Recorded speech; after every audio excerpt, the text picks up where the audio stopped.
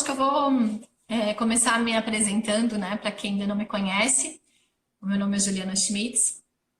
Eu venho de uma experiência profissional de 20 anos de empresa, onde eu trabalhei praticamente nesses 20, 13 anos na gestão de pessoas, propriamente dita, na área de recursos humanos.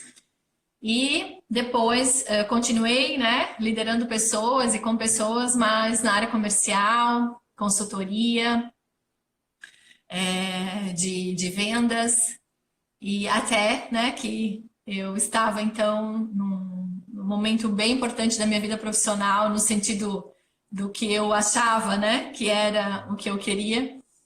E eu fiquei grávida do Davi, que hoje já está fazendo 11 anos, né, agora em junho, e foi onde tudo mudou na minha vida.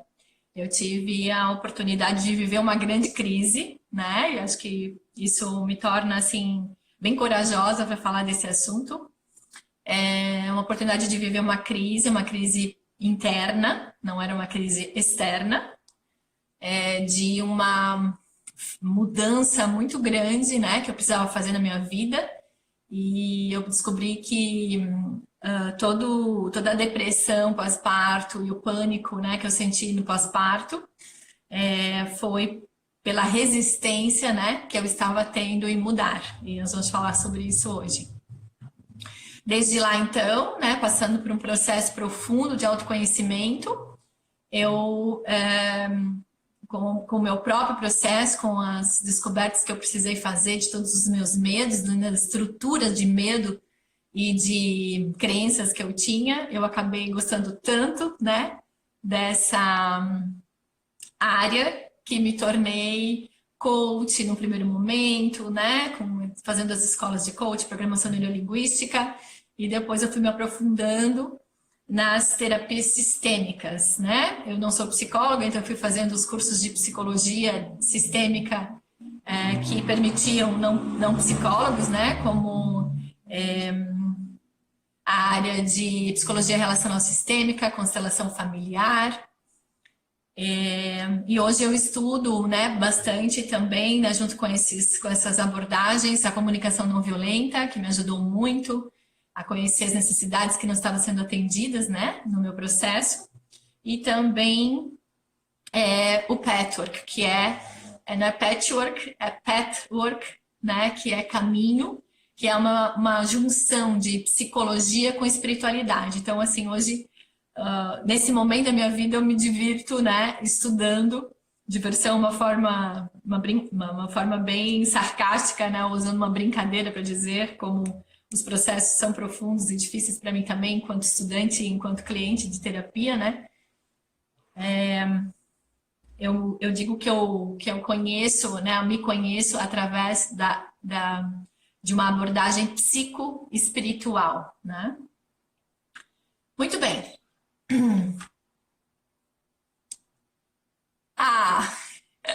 Manda um abração para ela também. Tem gente entrando ainda. A Dani já esteve de manhã comigo, né? Obrigada, Dani, por estar aí de novo. Jaque, ótimo que vocês estão ali, pessoal de Garopaba. Morei lá 7 anos, né, recentemente. Camila, Eba, Black também tá aí. Oi, que bom que tu chegou. Antes tarde do que nunca. Bom, que bom que o pessoal que entrou agora já me conhece, então eu posso continuar a partir daqui. Muito bem, despertou muita vontade de falar sobre esse tema, porque, assim como vocês, nos primeiros dias, né, da notícia do que ia acontecer conosco, eu fiquei muito amedrontada. E aí, né, já sabendo um pouquinho, né, sobre as minhas emoções, eu me percebi grudada na minha criança.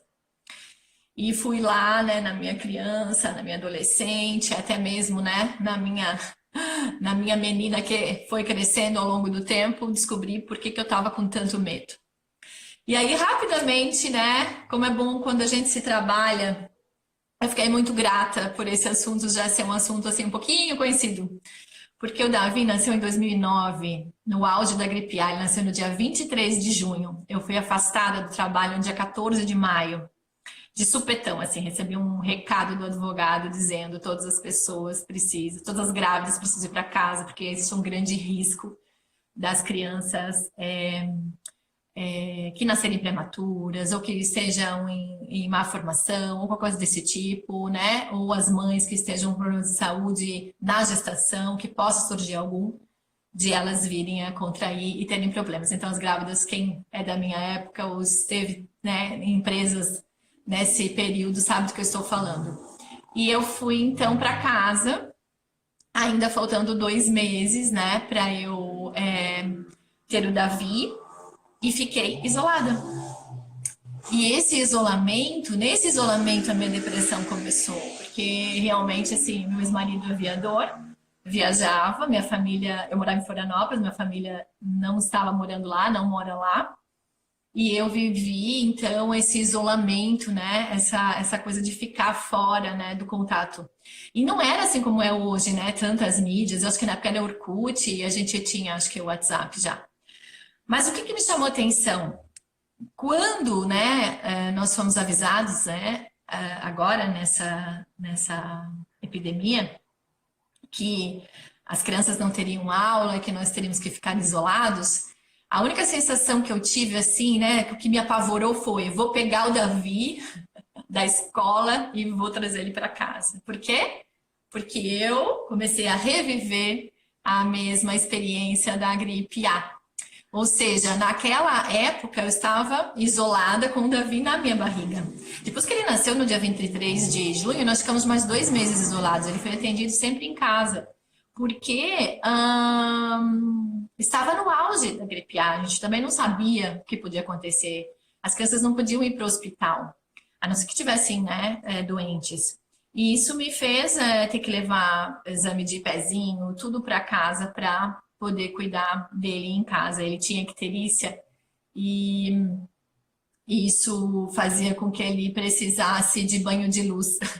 E os hospitais é que tinham a luz necessária. Então, foi um momento de muito medo. E eu acho que isso, combinado com a mudança de vida que eu tinha que fazer propriamente com o nascimento dele, mas essa tensão do momento que ele nasceu, criou um grande medo em mim.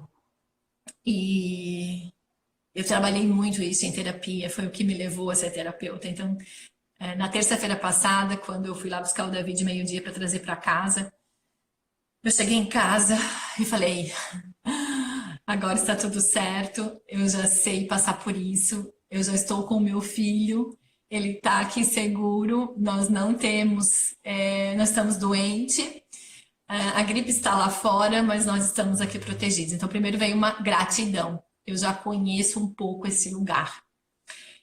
Passados 2 dias desse sentimento, então, comecei a ficar com muito medo. Muito medo de perder os meus clientes, muito medo de ficar sem dinheiro, ou seja, medos que provavelmente são muito parecidos com os de vocês. Eu não tive medo de morrer propriamente dito, mas eu sei que também é um medo muito presente, né, em pessoas. E aí eu comecei a estudar profundamente, né? Quem vive mais no meu dia a dia sabe que eu meio que dei fui para o casulo e comecei a estudar, comecei a me observar, comecei a escrever, e é fruto disso que eu venho conversar com vocês hoje sobre crise. Então eu quero começar com uma pergunta. O que provoca uma crise, tá? E eu vou trazer um significado psicoespiritual para essa abordagem que eu vou fazer com base no Patrick. O que provoca crise? De uma maneira geral, o que provoca... Estou aqui com a minha colinha, tá? De uma maneira geral, o que provoca uma crise é a oposição constante que fazemos à mudança. É muito sutil isso, é inconsciente. É uma resistência que nós temos frequentemente a mudar. E é claro que ela tem motivos, é claro que ela está embasada.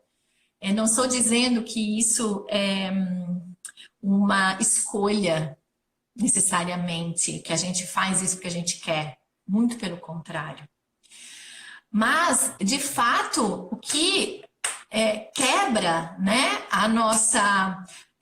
o processo e passa de um estado natural para um estado de crise é a minha constante natureza de me opor às mudanças que eu preciso fazer na vida. Então vamos para um lado assim bem comum aos homens e às mulheres, ao peso.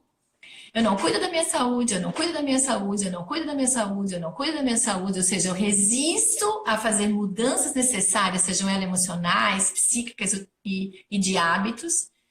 E essa falta de iniciativa, decisão de fazer a mudança, faz com que eu entre numa inflamação, né? O que é uma celulite, mulheres? Né? O que é uma gordura visceral, né? O que é uma gordura, né? Quando ela vai inchando? É uma inflamação. E essa inflamação, né, vira uma doença. Falando em doença, podemos pegar também as crises relacionadas ao nosso corpo físico. Da mesma maneira, né? Temos informação suficiente para cuidar da gente, mas não nos... Oi, Vanessa! Não nos alimentamos bem, não fazemos exercícios, vamos resistindo às mudanças e essa resistência vai fazendo o quê? Vai criando uma inflamação. Então, nossas gripes, nossos cânceres, nossas N doenças que, né, recebem vários nomes, que são os nomes que a medicina dá, nada mais são que inflamações que ocorrem porque nós nos opomos a mudar. Muito bem, e por que é que a gente se opõe a mudar?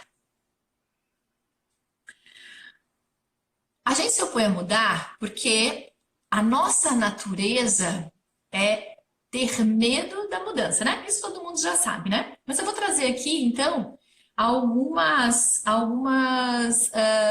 reflexões sobre isso. Se eu mudar, então, constantemente, ou seja, se eu estiver sempre flexível e aberta à mudança, a não necessidade de fazer mudanças bruscas me libera da crise. É o contrário, então, do que eu estava dizendo. A oposição à mudança me leva para uma crise. Se eu mudo constantemente de acordo com a percepção que vou tendo da necessidade de mudar, eu evito a necessidade de uma mudança brusca como essa, agora que a gente está tendo que ficar em casa, e eu evito, então, a crise. Agora, uma coisa que me chamou muito a atenção nesse estudo, preparem-se. Uma crise externa, que nós estamos vivendo agora, né? Relacionada à epidemia, porque algumas pessoas estão vivendo a epidemia e questões de saúde pessoais, individuais também, que não tem nada a ver com isso, né? Mas pegando assim o momento de todos, a crise externa, ela pode machucar a gente menos do que uma crise interna. O que significa isso? O fato de nós termos como hábito colocar a responsabilidade naquilo que é externo faz com que uma crise que aparentemente eu não sou responsável se torne mais leve, pareça menor do que aquela crise em que eu tenho, né, a percepção de que ela é interna, que ela é responsabilidade minha. Se você, né, se alguém que está aqui participando souber de alguém que está doente, uma doença complexa, pergunte a essa pessoa se a crise externa não é mais leve do que a crise que ela está sofrendo individualmente. O que isso pode dizer sobre nós? Que nós nos apoiamos numa crise externa para não olhar para a nossa crise interna. A segunda sensação que eu tive depois dessa coisa de trazer o Davi, agora estamos protegidos, foi assim, já que não dá para fazer muita coisa mesmo, né? Não vou receber pressão do externo, vou ficar aqui de boa. Aí comecei a limpar a casa, gaveta, comecei a me divertir com a ideia de ficar em casa. E aí, de repente, veio o seguinte insight. Tá, mas aqui eu fico protegida da morte. Mas eu não fico protegida de todas as outras coisas que a responsabilidade é minha. As contas vão continuar caindo, né? Eu vou precisar ter criatividade, força, coragem para lidar com tudo que está lá fora assim que a porta abrir. E aí, então, vai ter o medo. Ou seja, eu estava numa percepção fantasiosa de que, uau, já que tem um problemão lá fora, eu posso minimizar os meus problemas internos, as minhas limitações internas, aquilo que eu já estava lidando na minha vida, que era oposição a mudanças, as minhas pequenas e grandes crises pessoais. Então, uma crise externa pode dar uma falsa ilusão, né, de que a gente está, então, com as coisas resolvidas, porque a gente coloca a responsabilidade no outro. É culpa da China, é culpa dos movimentos de saúde, é culpa do governo. Então, na crise externa, né, eu não me responsabilizo. Agora, quando ela vem para mim, ou seja, quando começar a faltar no salário, quando as coisas começarem a aumentar, aí eu trago essa crise para dentro, e aí o que eu faço? Culpabilizo o externo. Por quê? Porque é tão dolorosa a ideia de se responsabilizar por uma crise, por um conflito, por algo que nosso inconsciente, sabe o que ele faz? Ele faz a gente acreditar que não é nossa responsabilidade. E aí a gente tem que encontrar alguém para culpar. E isso torna-se um vício, e isso faz com que nós não tenhamos integridade, a gente não tem eixo de criar a vida sem o medo. A nossa consciência, simplesmente, ela não é capaz de interromper e evitar uma mudança.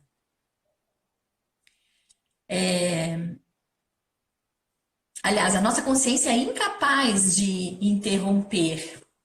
Ela só pode fazer, a nossa consciência, quando ela deixar de evitar a mudança. Então, não adianta a gente tomar consciência que isso está acontecendo ali fora e tal, e achar que isso vai fazer com que a gente passe pelo processo.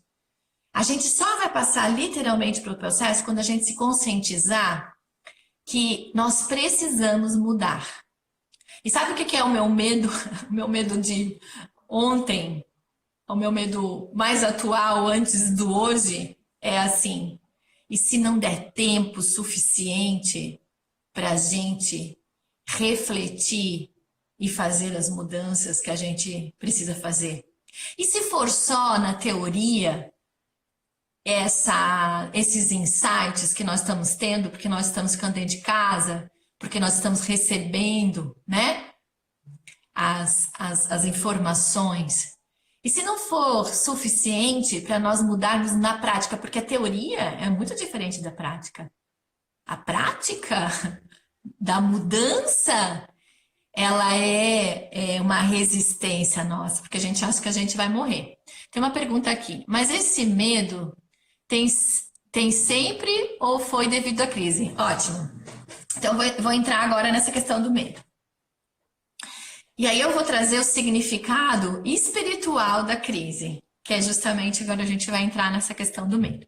Olha só, qual é o significado espiritual de uma crise? É sacudir as velhas estruturas que estão baseadas em conclusões erradas ou falhas e, portanto, em negatividade. Vou explicar isso, sei que é complexo. Vamos lá.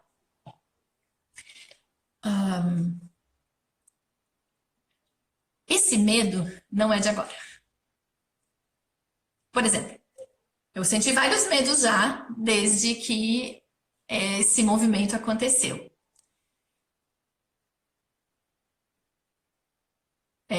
E quanto medo maior não for a mudança, e sim o errar e o agir. Ju, e aí? Te perguntar se ainda dá tempo de mudar. Uau, vamos lá. Vou processar isso e depois, se alguma pergunta não ficar respondida, vocês me chamam de novo, tá?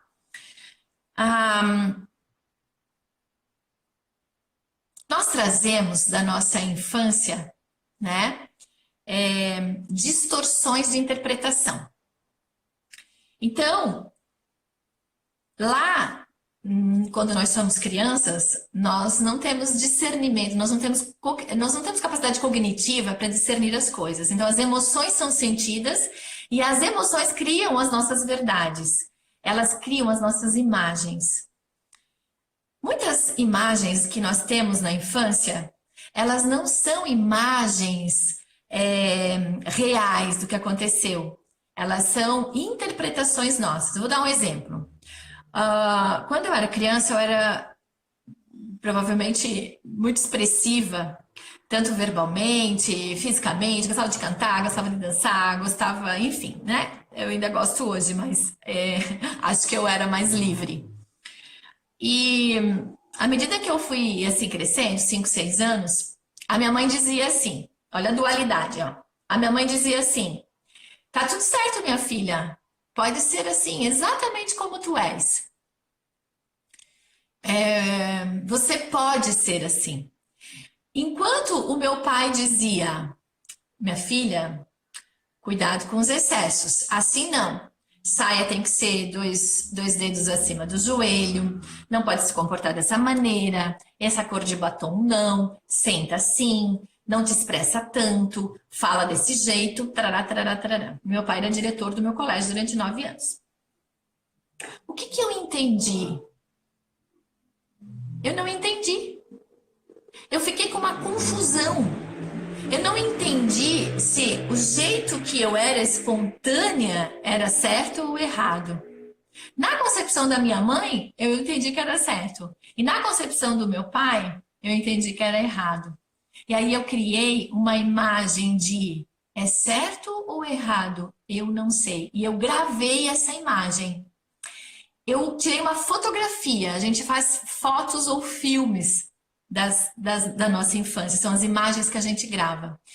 Essa confusão da minha expressão ficou me perturbando ao longo da vida, porque daí eu precisava ser duas, uma como filha da minha mãe e outra como filha do meu pai.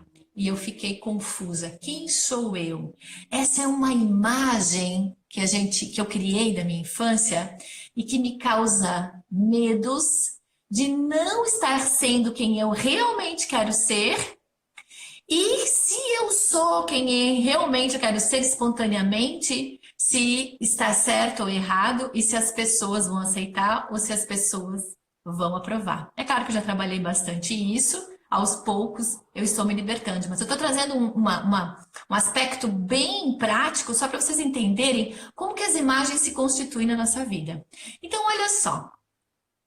De uma imagem distorcida, errada, eu não entendi quem eu sou, porque o pai dizia isso e a mãe dizia aquilo. Eu crio um medo e, em cima desse medo, eu crio estratégias erradas. Uma imagem distorcida cria interpretações distorcidas, logo, estratégias distorcidas. Então, esse medo não é novo. esse medo é antigo, já foi sentido. Praticamente a nossa plataforma de medos e de emoções, elas se estabelecem até 12 anos. E essa vibração, né, que você está sentindo agora, você pode se perguntar: em que ocasiões da minha vida eu já senti ela exatamente assim? E aí você vai perceber que ela já aconteceu em outros momentos. Então, o significado espiritual da crise é demolir essa estrutura. Então, eu preciso entrar em crises existenciais, no meu caso, né, em relação à minha identidade, para que eu possa entrar em contato com isso e demolir. Então, o que está acontecendo agora? Nós estamos tendo que demolir estruturas. A gente não parou para refletir sobre as famílias, nós não paramos para refletir sobre as relações entre parceiros, nós não paramos para refletir entre a nossa relação conosco, a gente não para refletir sobre a maneira como nós somos desonestos com o nosso corpo, como nós não somos íntegros conosco. O outro vem depois. Nós abandonamos a nós mesmos. E essa falta, então, de honestidade conosco é que vai criando, né, uma estrutura que tem uma hora que ela inflama e ela precisa ser quebrada. Então, no significado espiritual da crise, a crise ela demole, ela quebra. Porque nós só somos livres na nossa vida e saudáveis nas áreas em que a gente não resiste a mudar. Nós somos muito competentes em mudança. Gente, seria impossível chegar na idade que nós estamos se a gente não tivesse mudado durante a vida inteira.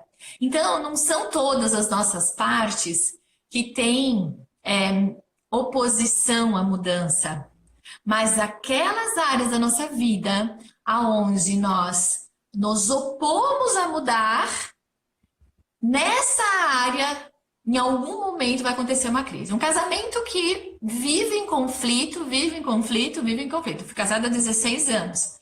Dos 16, pelo menos 7 anos em conflito, até de fato, né? Ter ido para terapia, ter trabalhado profundamente e ter feito, né, uma separação harmônica dentro da possibilidade. E ter tido discernimento, né, de que era isso mesmo que precisava ser feito. Passei por muitas crises. Inflamaram muitas coisas, inclusive uma hérnia de disco na cervical e uma hérnia de disco na lombar, que é o quê? Coluna rígida. Não quero, eu não concordo, eu não quero, eu fico rígida.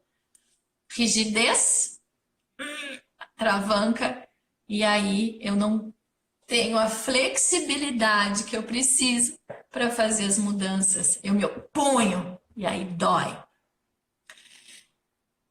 Quando... mas nós podemos reagir diferentemente à medida em que a gente toma consciência e começa a perceber as necessidades de mudança vindo, né?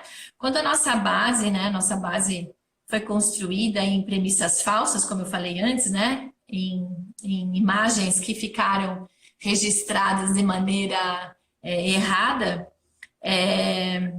então, né, aí nós precisamos de uma crise. Então, assim, aquelas coisas que você não consegue mudar, aí vem uma crise. Então, precisa de uma crise forte no casamento, precisa muitas vezes perder um emprego, precisa receber um feedback, né, muito direto do chefe, precisa... enfim, né, de situações bastante intensas, né, às vezes de uma doença, de um luto, né, para acontecer o quê? A quebra da estrutura. E onde é que entra o medo, né? O medo é justamente a falta de confiança que nós temos em nós mesmos. E aí, de novo, há um motivo.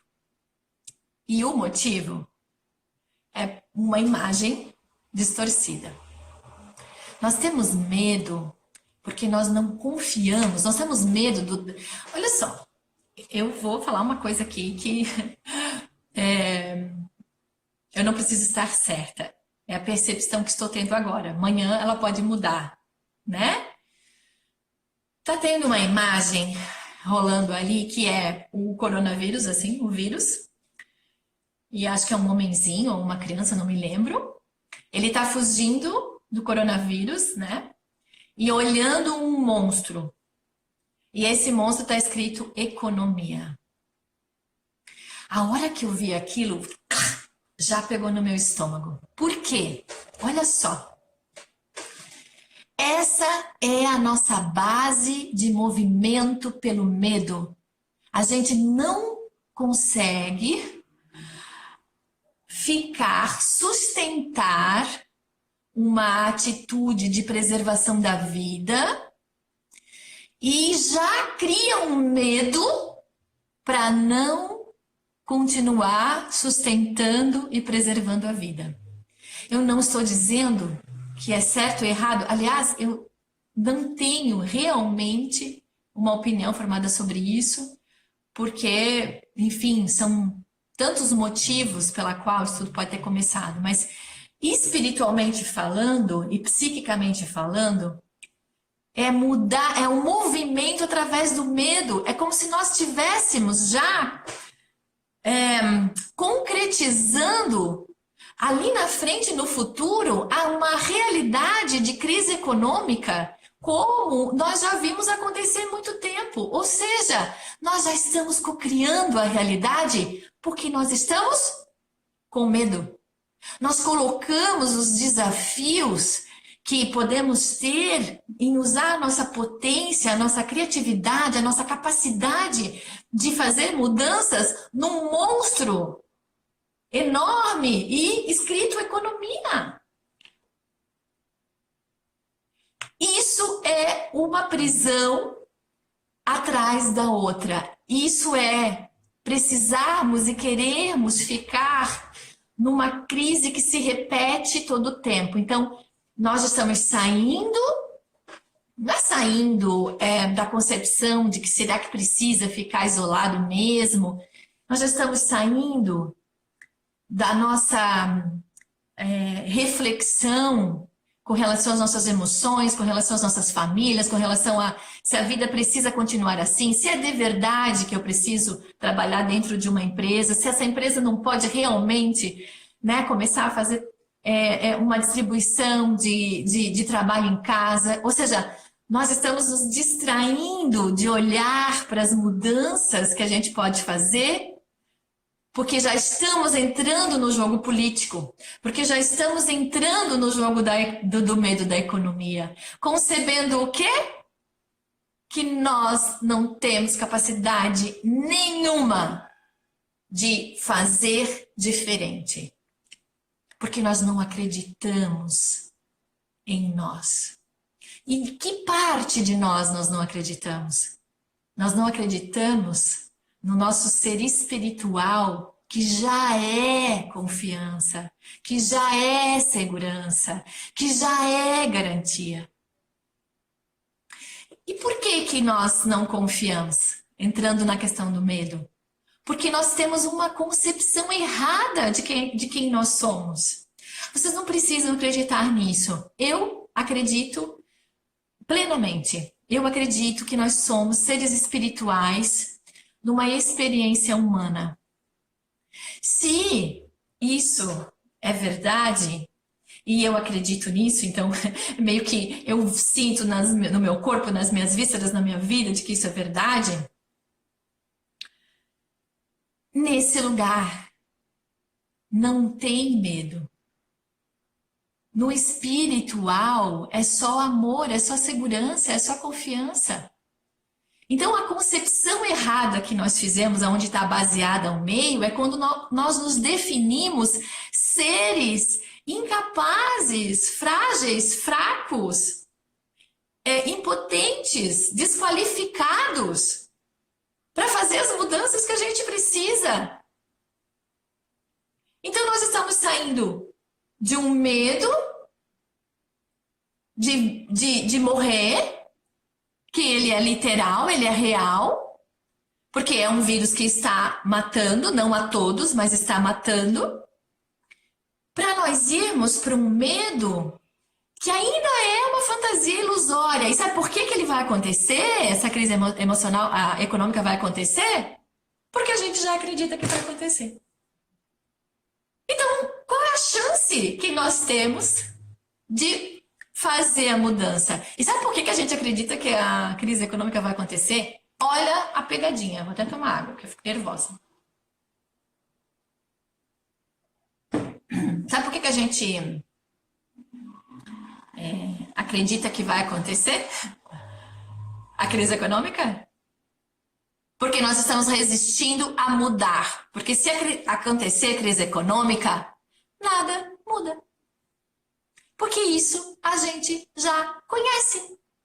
Porque isso a gente já repetiu milhões de vezes. E daí na nossa vida também é assim. Sabe por que que a gente tem uma nova doença? Sabe por que que a gente fica sem grana de novo? Sabe por que que a gente entra num relacionamento e não dá certo de novo? Porque a gente não acredita na capacidade de mudar. A gente não quer a mudança. Então, é melhor o conhecido, ainda que ele seja desconfortável, do que a mudança. E aí nós nos colocamos numa prisão. Quem é que precisa de uma prisão externa maior do que essa prisão interna? Então, tá percebendo como a situação externa pode se tornar mais leve que a interna? Porque a interna requer nós nos conhecermos enquanto seres responsáveis pela nossa mudança. E a gente tem um medo enorme de se responsabilizar. Mas nós temos um medo enorme de se responsabilizar porque a gente gruda na criança. Não é papel da criança mesmo assumir os problemas da casa. Não é papel da criança pagar as contas da família. Então nós grudamos na criança, nos sentimos assim pequenininhos, igual aquele menininho, aquele homenzinho que está lá olhando para o monstro. Nos sentimos assim bem pequenininhos e não assumimos toda a potência, todos os recursos que temos internamente para fazer a nossa vida acontecer, não necessariamente como a gente quer, mas como ela se apresenta. É diferente de a gente ter problemas agora, né, da energia do dinheiro com limitações lá na rua. É diferente a gente ter esses problemas acreditando que a nossa capacidade é de fazer acontecer de outro jeito, mesmo que seja diferente do que a gente tem feito até agora, só que a gente não quer mudar. E aí, o meu medo, ele volta, né? Será que nós temos tempo de mudar? Alguém perguntou, né? Ainda dá tempo para mudar? Ainda dá tempo para mudar se a gente tomar consciência que esses dias que nós estamos ficando aqui é para a gente crescer. É para a gente aprender. Porque a falta, né, da esperança, ela é o resultado desse ciclo permanente de energia negativa. Então, eu concebo uma energia negativa do coronavírus e faço o quê? Olho para a economia e concebo uma energia negativa maior ainda. Bom, o que vai desencadear de um monstro nas nossas vidas? A ruína. Então, como é que a gente soluciona isso? Qual é a solução? É nós nos acordarmos dessa cegueira em relação a nós mesmos. É de dentro para fora. Se nós realmente nos conectarmos com quem somos, e nós somos, eu acredito, você não precisa acreditar, ok? Nós somos corpo físico, mental, emocional, sentimental e espiritual. Mas só a energia espiritual é que não faz parte dessa convivência terrena. Então, o nosso corpo sofre, mas também é um lugar que comunica. Nossas emoções, os nossos sentimentos sentem dor, mas também é dali que emana toda a criatividade que é capaz de atrair do universo tudo que nós precisamos. A nossa mente nos engana com pensamentos horríveis sobre nós mesmos. Nem precisamos ir para os outros. A gente se julga tão mal que a gente nem precisa ficar focado naquilo que pensamos dos outros. Aliás, a gente se distrai com os outros, a gente se perde daquilo que a gente pensa de nós mesmos. Então, se a nossa mente, né, é traída pelos nossos pensamentos, ela também não vai ser uma energia que ela vai solucionar esse nosso medo e essa falta de confiança. Nós precisamos de uma energia de maior qualidade. Se eu usar a mente e sentimentos dolorosos de sofrimento e de medo, e o meu corpo, acreditando que ele é frágil, sensível e totalmente vulnerável, né, à epidemia, se eu acreditar nisso, como é que eu vou vibrar uma energia numa vibração capaz de curar isso? Vamos lá, vamos pensar em ondas de rádio. Elas dividem a camada atmosférica, assim como os aviões, né? Uma onda, né, sei lá, rádio 105.7, tem que vibrar aqui. A outra tem que vibrar um pouquinho mais em cima, a outra um pouquinho mais em cima. Então imagine os nossos corpos, eles têm ondas, mas eles adentram no universo, na atmosfera, em canais distintos. Então um é o físico, o outro é o mental, o outro é o sentimental. E eu preciso de um de mais qualidade, menos denso que esse, para dar conta de curar esses problemas que nós vivemos, nossas crises, né? Que nós vivemos nesses outros corpos que vivem aqui nessa experiência terrena. Então, o caminho para a gente buscar a solução é a gente fazer um mergulho mais profundamente de quem nós somos. Nós não somos nossos trabalhos, gente. Eu não sou isso aqui. Não dá. Isso me define muito pouco. Eu não sou o meu carro, a minha casa. Eu não sou nem a minha família. Isso seria um jeito muito superficial e muito pequeno de me definir. Eu sou um ser em constante transformação. E um ser espiritual em constante transformação.